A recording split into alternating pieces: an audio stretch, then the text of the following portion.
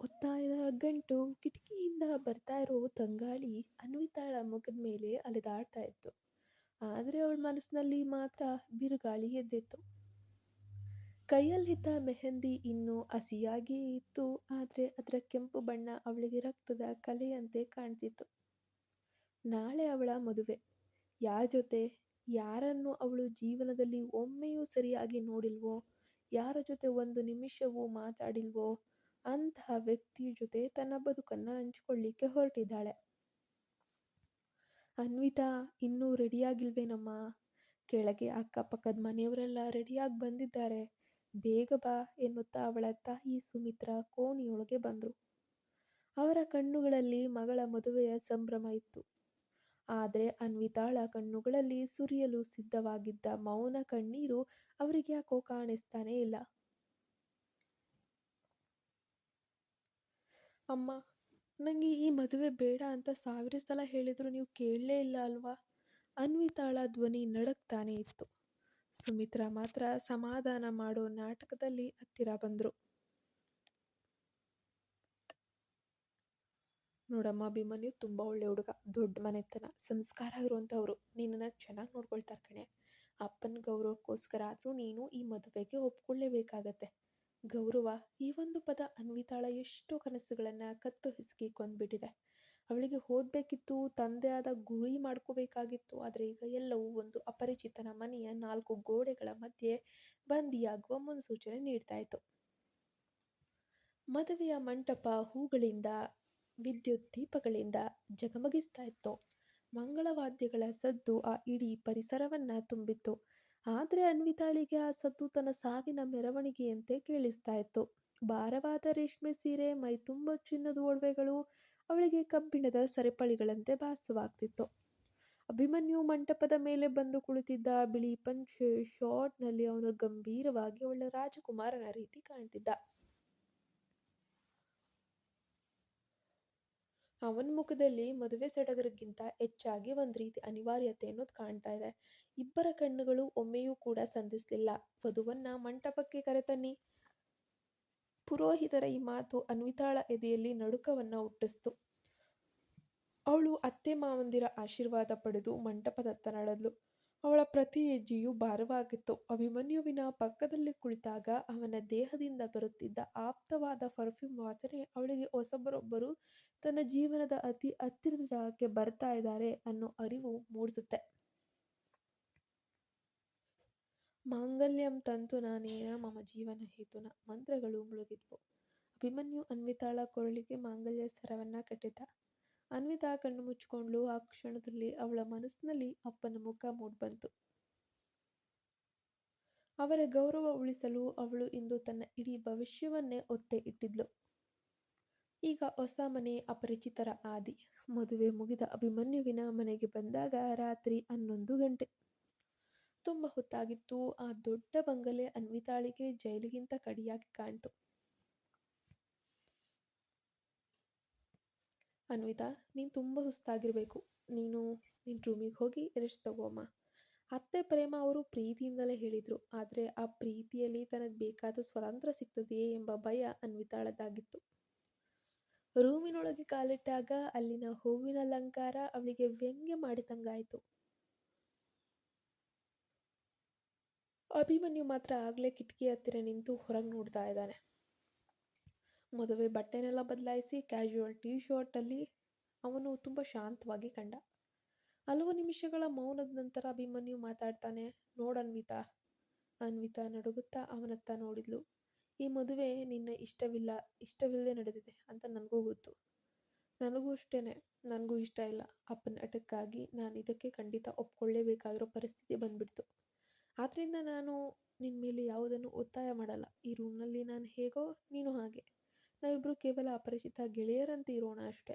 ನಿನಗೆ ಸಮಯ ಬೇಕು ಅಂತ ನನಗೆ ಗೊತ್ತು ಎಂದವನೇ ಒಂದು ದಿಂಬನ್ನು ತೆಗೆದುಕೊಂಡು ಸೋಫಾದ ಮೇಲೆ ಮಲಗಲು ಹೊರಟೋದ.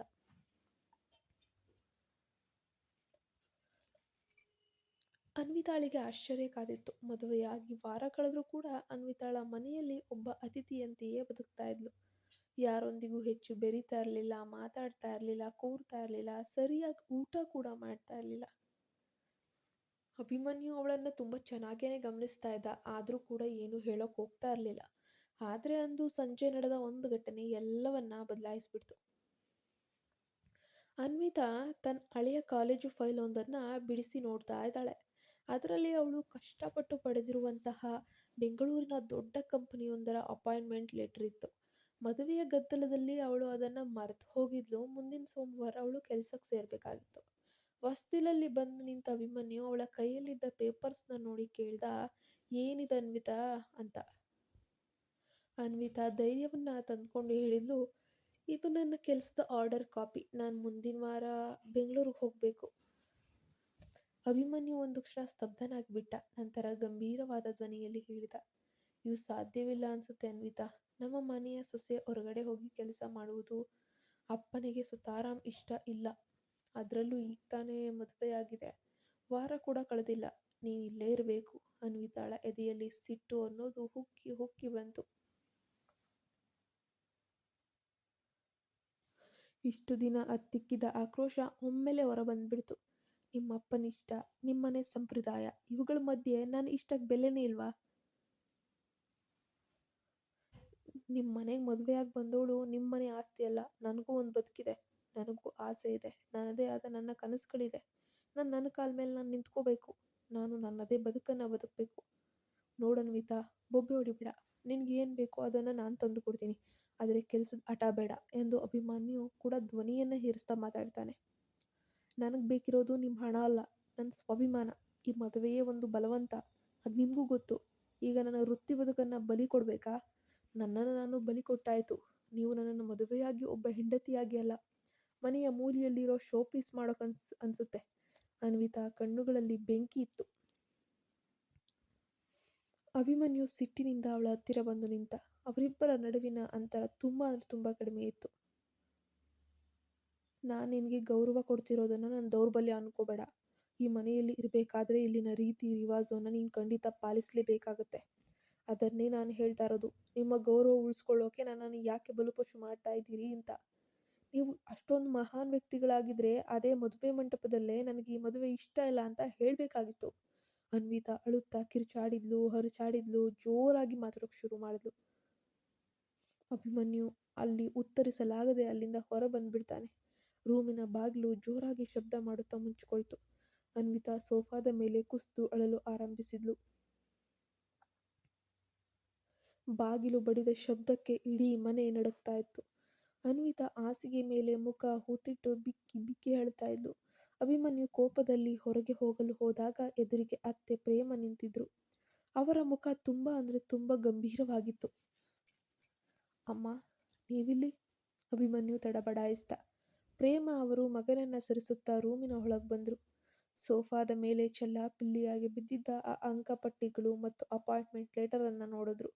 ಅನ್ವಿತಾ ತಕ್ಷಣ ಎದ್ದು ಕಣ್ಣೀರನ್ನು ಒರೆಸ್ಕೊಳ್ಳುತ್ತಾ ನಿಂತರು. ತನ್ನ ಅತ್ತೆಯು ಮಗನ ಪರವಾಗಿಯೇ ನಿಂತು ತನಗೆ ಬುದ್ಧಿ ಮಾತು ಹೇಳಬಹುದು ಅಥವಾ ಬೈಯಬಹುದು ಅಥವಾ ನನ್ನ ಹೀಯಾಳಿಸಬಹುದು ಎಂಬ ಭಯ ಅವಳಲ್ಲಿ ಈಗಲೂ ಕೂಡ ಅಡಗಿತ್ತು. ಎಷ್ಟೋ ವರ್ಷಗಳಾಗಿದ್ವು ಈ ಮನೆಯಲ್ಲಿ ಯಾರಾದರೂ ಇಷ್ಟು ಗಟ್ಟಿಯಾಗಿ ಮಾತಾಡಿದನ್ನು ಕೇಳಿ. ಪ್ರೇಮ ಅವರ ಧ್ವನಿಯಲ್ಲಿ ಯಾವುದೇ ಕೋಪ ಇರಲಿಲ್ಲ. ಅವರು ನಿಧಾನವಾಗಿ ಅನ್ವಿತಾಳ ಹತ್ರ ಹೋಗಿ ಅವಳ ತಲೆಯನ್ನ ಸವರಿದ್ರು. ಅಭಿಮನ್ಯು ಕೋಪದಿಂದಲೇ ಹೇಳಿದ್ದ, ನೋಡಮ್ಮ, ಇವಳು ಬೆಂಗಳೂರಿಗೆ ಹೋಗಿ ಕೆಲಸ ಮಾಡ್ತೀನಿ ಅಂತ ಹಠ ಕೂಡ ಮಾಡ್ತಾ ಇದ್ದಾಳೆ. ಅಪ್ಪನಿಗೆ ಇದು ಗೊತ್ತಾದರೆ ಏನಾಗುತ್ತೆ ಅಂತ ನಿನ್ಗೆ ಗೊತ್ತಲ್ವಾ? ಮನೆಯಲ್ಲಿ ದೊಡ್ಡ ರಾಮಾಯಣನೇ ನಡೆಯುತ್ತೆ. ಪ್ರೇಮ ತಿರುಗಿ ಮಗನ ಕಣ್ಣಲ್ಲಿ ಕಣ್ಣಿಟ್ಟು ನೋಡಿದ್ರು. ನಿಮ್ಮಪ್ಪನಿಗೆ ಗೊತ್ತಾದರೆ ಏನಾಗುತ್ತೆ ಅನ್ನೋದು ನನಗೂ ಗೊತ್ತು ಅಭಿ. ಆದರೆ ಈ ಹುಡುಗಿಯ ಕನಸುಗಳು ಸತ್ತು ಹೋದರೆ ಏನಾಗುತ್ತೆ ಅನ್ನೋದು ನಿನಗೆ ಗೊತ್ತಿದೆಯಾ? ಮದುವೆಯಾಗಿ ಬಂದವಳು ಈ ಮನೆಯ ಮರ್ಯಾದೆ ಕಾಪಾಡೋ ಯಂತ್ರ ಅಂತೂ ಖಂಡಿತ ಅಲ್ಲಪ್ಪ. ಅವಳು ಒಬ್ಬ ಮನುಷ್ಯಳು. ಅವಳಿಗೂ ಆಸೆ ಕನಸುಗಳು ಇರುತ್ತೆ. ಅವಳ ಬದುಕು ಅವಳಿಗೂ ಇಷ್ಟ ಬಂದ ಹಾಗೆ ನಡಿಬೇಕು. ಅನ್ವಿತಾ ಅಚ್ಚರಿಯಿಂದ ಅತ್ತೆಯ ಮುಖವನ್ನ ನೋಡಿದ್ಲು. ತನಗೆ ಬೆಂಬಲ ಸಿಗ್ತಾ ಇದೆ ಎಂದು ಅವಳು ಕನಸಿನಲ್ಲೂ ಕೂಡ ಅಂದ್ಕೊಂಡಿರಲಿಲ್ಲ. ಪ್ರೇಮ ಮುಂದುವರಿಸಿದ್ರು, ಅಭಿ, ನೀನು ಹೇಳ್ತಿರೋದು ನಿನ್ನ ಅಪ್ಪನ ಗೌರವಕ್ಕೋಸ್ಕರ ಅಲ್ಲ, ನಿನ್ನ ಅಹಂಕಾರಕ್ಕೋಸ್ಕರ. ಅನ್ವಿತಾ ಚೆನ್ನಾಗಿ ಓದಿದ್ದಾಳೆ. ಅವಳದೇ ಆದ ದಾರಿ ಇದೆ. ಅವಳ ರೆಕ್ಕೆಗಳನ್ನು ಕತ್ತರಿಸಿ ಚಿನ್ನದ ಪಂಜರದಲ್ಲಿ ಕೂರಿಸ್ಬೇಡ. ಮದುವೆ ಆದರೆ ಒಬ್ಬರನ್ನೊಬ್ಬರು ಕಟ್ಟು ಹಾಕೊಳ್ಳೋದಲ್ಲ, ಒಬ್ಬರ ಕನಸಿಗೆ ಇನ್ನೊಬ್ಬರು ನೀರೆರೆಯೋದು, ಪೋಷಣೆ ಮಾಡೋದು. ಅಮ್ಮ, ನೀನು ಇವಳಿಗೆ ಸಪೋರ್ಟ್ ಮಾಡ್ತಾ ಇದೀಯಾ? ಅಭಿಮನ್ಯು ಆಶ್ಚರ್ಯದಿಂದ ಕೇಳಿದ. ಹೌದು, ಯಾಕಂದ್ರೆ 25 ವರ್ಷಗಳ ಹಿಂದೆ ಇದೇ ತರಹದ ಒಂದು ಪೇಪರ್ ನನ್ನ ಕೈಯಲ್ಲೂ ಇತ್ತು. ನಿಮ್ಮಪ್ಪನ ಆಟಕ್ಕೆ ನಾನು ಅದನ್ನು ಅರ್ಧ ಹಾಕ್ತೆ. ಇವತ್ತು ನಾನು ಈ ಮನೆಯ ಯಜಮಾನಿಯಾಗಿರಬಹುದು, ಆದರೆ ಒಳ ಮನಸ್ಸಿನಲ್ಲಿ ನನ್ನನ್ನು ನಾನು ಕಳೆದುಕೊಂಡು ಬಿಟ್ಟಿದ್ದೀನಿ. ನನಗೆ ನನ್ನದೇ ಆದ ಒಂದು ಅಸ್ತಿತ್ವ ಇಲ್ಲ. ನೋವು ಇಂದಿಗೂ ನನ್ನಲ್ಲಿ ಇದೆ. ಆ ನೋವು ಅನ್ವಿತಾಳಿಗೆ ಬರುವುದು ನನಗೆ ಖಂಡಿತ ಇಷ್ಟ ಇಲ್ಲ ಎನ್ನುವಾಗ ಪ್ರೇಮ ಅವರ ಕಣ್ಗಳು ಒದ್ದೆಯಾಗಿದ್ವು. ರೂಮ್ನಲ್ಲಿ ಸ್ಮಶಾನ ಮೌನ ಆವರಿಸಿತು. ಅಭಿಮನ್ಯುಗೆ ಮೊದಲ ಬಾರಿಗೆ ತನ್ನ ತಾಯಿಯ ಕಣ್ಣಿನಲ್ಲಿ ಅಡಗಿದ್ದ ದಶಕಗಳ ನೋವು ಕಾಣಿಸಿಕೊಳ್ಳುತ್ತೆ. ಅನ್ವಿತಾಳ ಆಟ ಕೇವಲ ಆಟ ಅಲ್ಲ, ಅದು ಅವಳ ಅಸ್ತಿತ್ವದ ಹೋರಾಟ ಎಂದು ಅವನಿಗೆ ಅರಿವಾಯಿತು. ಅಭಿಮನ್ಯು ಏನು ಮಾತಾಡದೆ ಅಲ್ಲಿಂದ ಹೊರಟು ಹೋಗ್ತಾನೆ. ಆದರೆ ಹೋಗುವಾಗ ಅವನ ಹೆಜ್ಜೆಗಳಲ್ಲಿ ಮೊದಲಿದ್ದ ಆವೇಶ ಅನ್ನೋದಿರಲಿಲ್ಲ. ಅತ್ತೆ ಪ್ರೇಮ ಅವರ ಬೆಂಬಲ ಸಿಕ್ಕ ಮೇಲೆ ಅನ್ವಿತಾಳಲ್ಲಿ ಹೊಸ ಭರವಸೆ ಅನ್ನೋದು ಮೂಡುತ್ತೆ. ಅವಳು ಗುಟ್ಟಾಗಿ ಬೆಂಗಳೂರಿಗೆ ಹೋಗಲು ತನ್ನ ಬ್ಯಾಗನ್ನು ಪ್ಯಾಕ್ ಮಾಡತೊಡಗಿದ್ಲು. ಸೋಮವಾರ ಬೆಳಗ್ಗೆ 5 ಗಂಟೆಗೆ ಬಸ್ ಇತ್ತು. ಈ ವಿಷಯ ಮನೆಯಲ್ಲಿ ಯಾರಿಗೂ ಗೊತ್ತಿರಲಿಲ್ಲ, ಪ್ರೇಮ ಅವರೊಬ್ಬರನ್ನ ಬಿಟ್ಟು. ಆದರೆ ವಿಧಿಯ ಆಟವೇ ಬೇರೆಯಾಗಿತ್ತು. ಅಂದು ಸಂಜೆ ಅನಿರೀಕ್ಷಿತವಾಗಿ ಅನ್ವಿತಾಳ ತಂದೆ ಶಂಕರಪ್ಪ ಮಗಳ ಮನೆಗೆ ಬಂದರು. ಅವರ ಬಂದ ಉದ್ದೇಶ ಮಗಳನ್ನ ನೋಡುವುದಲ್ಲ, ಬದಲಾಗಿ ಮಗಳ ಮದುವೆಯ ಮೂಲಕ ತಾನು ಮಾಡಿಕೊಂಡಿದ್ದ ವ್ಯವಹಾರದ ಮಾತುಕತೆಯನ್ನ ಆಡ್ಲಿಕ್ಕೆ. ಅನ್ವಿತಾ ತನ್ನ ಕೋಣೆಯಲ್ಲಿ ಬಟ್ಟೆಗಳನ್ನೆಲ್ಲ ಬ್ಯಾಗ್ಗೆ ಜೋಡಿಸ್ಕೊಳ್ತಾ ಇದ್ಲು. ಆಗ್ಲೇ ಶಂಕರಪ್ಪ ಕೋಣೆಯೊಳಗೆ ಬರ್ತಾರೆ. ತೆರೆದಿದ್ದ ಬ್ಯಾಗ್ ಮತ್ತು ಅದರಲ್ಲಿದ್ದ ಆಫೀಸ್ ಫೈಲನ್ನು ನೋಡಿ ಅವರ ರಕ್ತದೊತ್ತಡ ಅನ್ನೋದು ಹೇರುತ್ತೆ.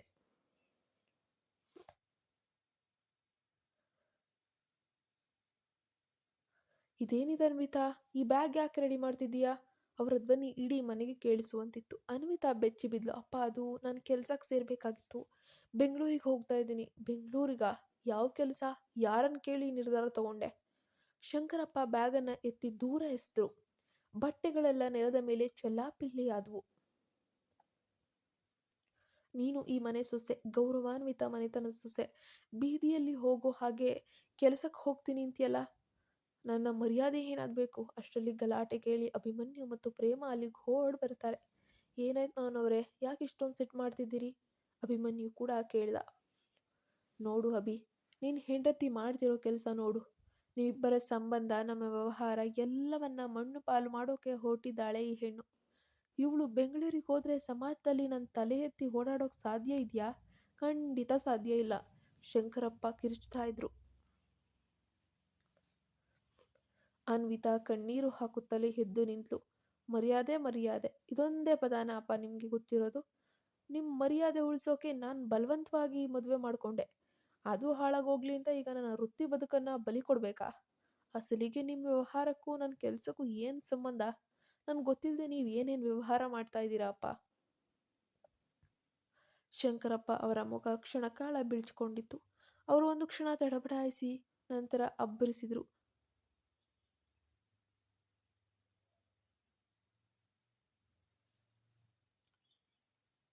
ಸಂಬಂಧ ಇದೆ. ಈ ಮದುವೆ ನಡೆದದ್ದೇ ಒಂದು ಒಪ್ಪಂದದ ಮೇಲೆ.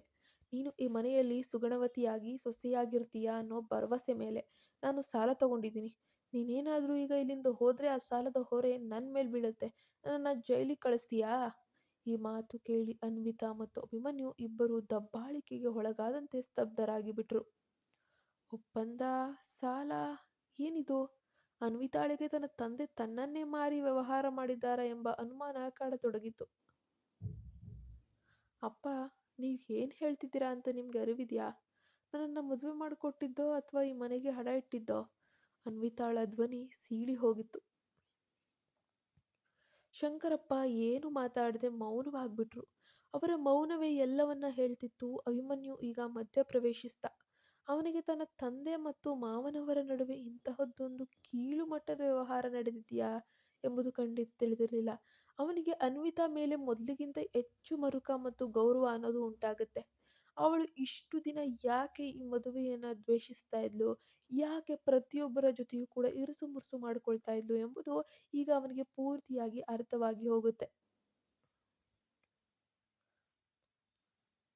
ಮಾತು ನಿಲ್ಲಿಸಿ ಮಾವನವ್ರೆ, ಅಭಿಮನ್ಯು ಗಂಭೀರವಾಗಿ ಹೇಳಿದ. ಅನ್ವಿತಾ, ಈ ಮನೆಯ ಆಸ್ತಿಯಲ್ಲ, ಅವಳು ನನ್ನ ಹೆಂಡತಿ. ಅವಳಿಗೆ ತನ್ನ ಬದುಕಿನ ಬಗ್ಗೆ ನಿರ್ಧಾರ ತಗೊಳ್ಳೋ ಹಕ್ಕಿದೆ. ನೀವು ಸಾಲ ಮಾಡಿದ್ದಕ್ಕೆ ಅವಳ್ಯಾಕೆ ಶಿಕ್ಷೆ ಅನುಭವಿಸ್ಬೇಕು? ಖಂಡಿತ ಅನುಭವಿಸ್ಬೇಕಾಗಿಲ್ಲ. ಶಂಕರಪ್ಪ ಹತಾಶರಾಗಿ ನೆಲದ ಮೇಲೆ ಕುಳಿತರು. ಅಭಿ, ನೀನೇನೋ ಅವಳ ಪರವಾಗಿ ಮಾತಾಡ್ತಿದೀಯಾ. ನಿಮ್ಮ ಅಪ್ಪನಿಗಿದೇನಾದರೂ ಗೊತ್ತಾದರೆ ಪರಿಸ್ಥಿತಿ ಏನಾಗಬಹುದು ಅಂತ ಗೊತ್ತಾ? ಯೋಚನೆ ಮಾಡ್ತಿದೀಯಾ? ನಮ್ಮ ಅಪ್ಪನಿಗೆ ನಾನು ಉತ್ತರ ಕೊಡ್ತೀನಿ. ಆದರೆ ಅನ್ವಿತಾ ಬೆಂಗಳೂರಿಗೆ ಹೋಗೋದು ಖಚಿತ. ಅವಳು ತನ್ನ ಕನಸನ್ನು ನನಸು ಮಾಡಿಕೊಳ್ಳೇಬೇಕು. ಅಭಿಮನ್ಯು ಮೊದಲ ಬಾರಿಗೆ ಅನ್ವಿತಾಳ ಕೈ ಹಿಡಿದು ಗಟ್ಟಿಯಾಗಿ ಹೇಳಿದ. ಅನ್ವಿತಾ ತನ್ನ ಕೈ ಹಿಡಿದ ಅಭಿಮನ್ಯುವಿನತ್ತ ನೋಡಿದ್ಲು. ಅವಳ ಕೈಗಳಲ್ಲಿ ಒಂದು ರೀತಿಯ ಭರವಸೆ ಇತ್ತು. ಇಷ್ಟು ದಿನ ದ್ವೇಷಿಸುತ್ತಿದ್ದ ವ್ಯಕ್ತಿ ಇಂದು ತನ್ನ ಪರವಾಗಿ ನಿಂತಿದ್ದನ್ನ ಕಂಡು ಅವಳ ಕಣ್ಣಲ್ಲಿ ಕಣ್ಣೀರು ಅನ್ನೋದು ಜಿನುಗುತ್ತೆ.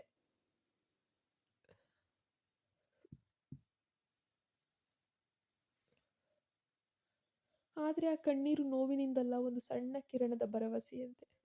ಬೆಂಗಳೂರು ಕನಸುಗಳ ನಗರ, ಆದರೆ ಅನ್ವಿತಾಳಿಗೆ ಅದು ಕೇವಲ ಕಾಂಕ್ರೀಟ್ ಕಾಡಿನಂತೆ ಕಾಣ್ತು. ಅಭಿಮನ್ಯು ಮತ್ತು ಅತ್ತೆ ಒತ್ತಾಯದ ಮೇರೆಗೆ ಮನೆಯ ಹಿರಿಯರ ವಿರೋಧದ ನಡುವೆನೂ ಅವಳು ಬೆಂಗಳೂರಿಗೆ ಬಂದಿದ್ಲು. ಕೆಂಪೇಗೌಡ ಬಸ್ ನಿಲ್ದಾಣದಲ್ಲಿ ಇಳಿದಾಗ ಕಂಡ ಆ ಜನಸಾಗರ, ವಾಹನಗಳ ಕರ್ಕಶ ಸದ್ದು ಅವಳಲ್ಲಿ ಒಂದು ರೀತಿಯ ಅಂಜಿಕೆಯನ್ನು ಹುಟ್ಟಿಸಿದ್ವು.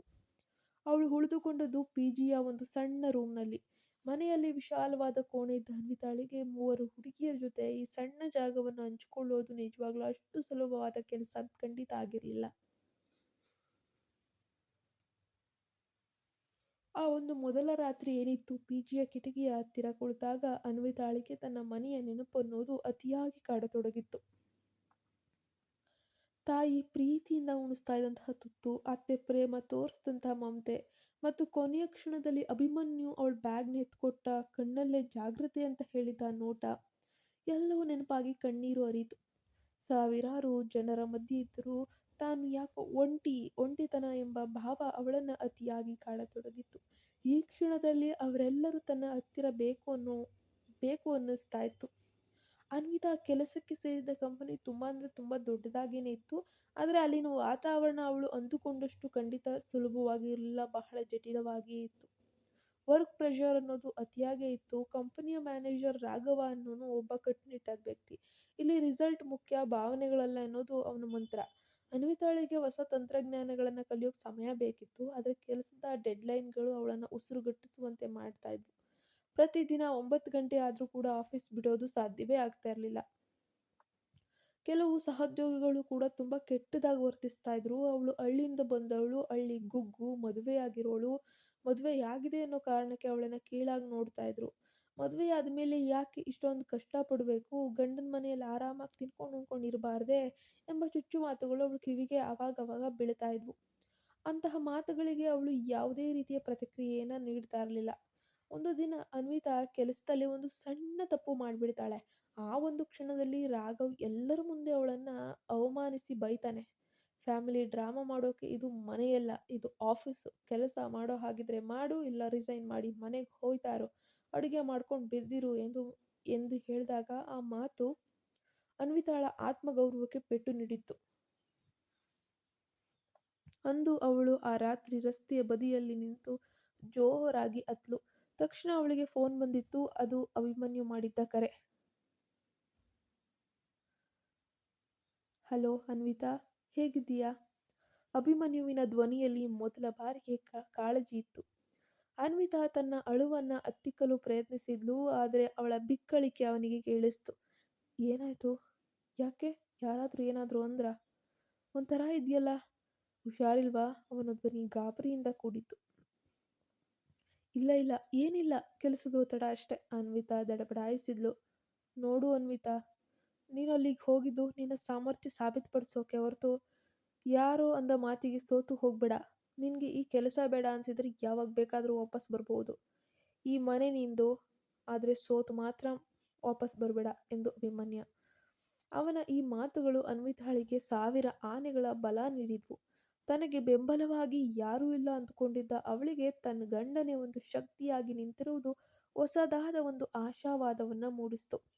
ಪ್ರತಿಯೊಬ್ಬ ಹೆಣ್ಣಿಗೂ ಕೂಡ ಇಂತಹದ ಒಬ್ಬ ಗಂಡಸು ಅಥವಾ ಇಂತಹ ಒಬ್ಬ ಗಂಡ, ತಮ್ಮನೋ, ಅಣ್ಣನೋ, ತಂದೆಯೋ ಯಾರೋ ಒಬ್ಬರ ಭರವಸೆ ಅನ್ನೋದು ಅತಿ ಮುಖ್ಯವಾಗಿ ಗಂಡಸಿನ ಪಾತ್ರ ಅವಳ ಜೀವನದಲ್ಲಿ ದೊಡ್ಡದಾಗಿ ಕಾಣುತ್ತೆ. ಧನ್ಯವಾದ. ಈ ಕಥೆ ಇಷ್ಟ ಆಗಿದ್ರೆ ನಮ್ಮ ಚಾನಲ್‌ಗೆ ಪಟ್ ಅಂತ ಸಬ್ಸ್ಕ್ರೈಬ್ ಆಗಿ ನೋಟಿಫಿಕೇಷನ್ ಆನ್ ಮಾಡಿಟ್ಕೊಳ್ಳಿ. ನಾಳೆ ಕಥೆ ಅಪ್ಲೋಡ್ ಆಗುತ್ತೆ.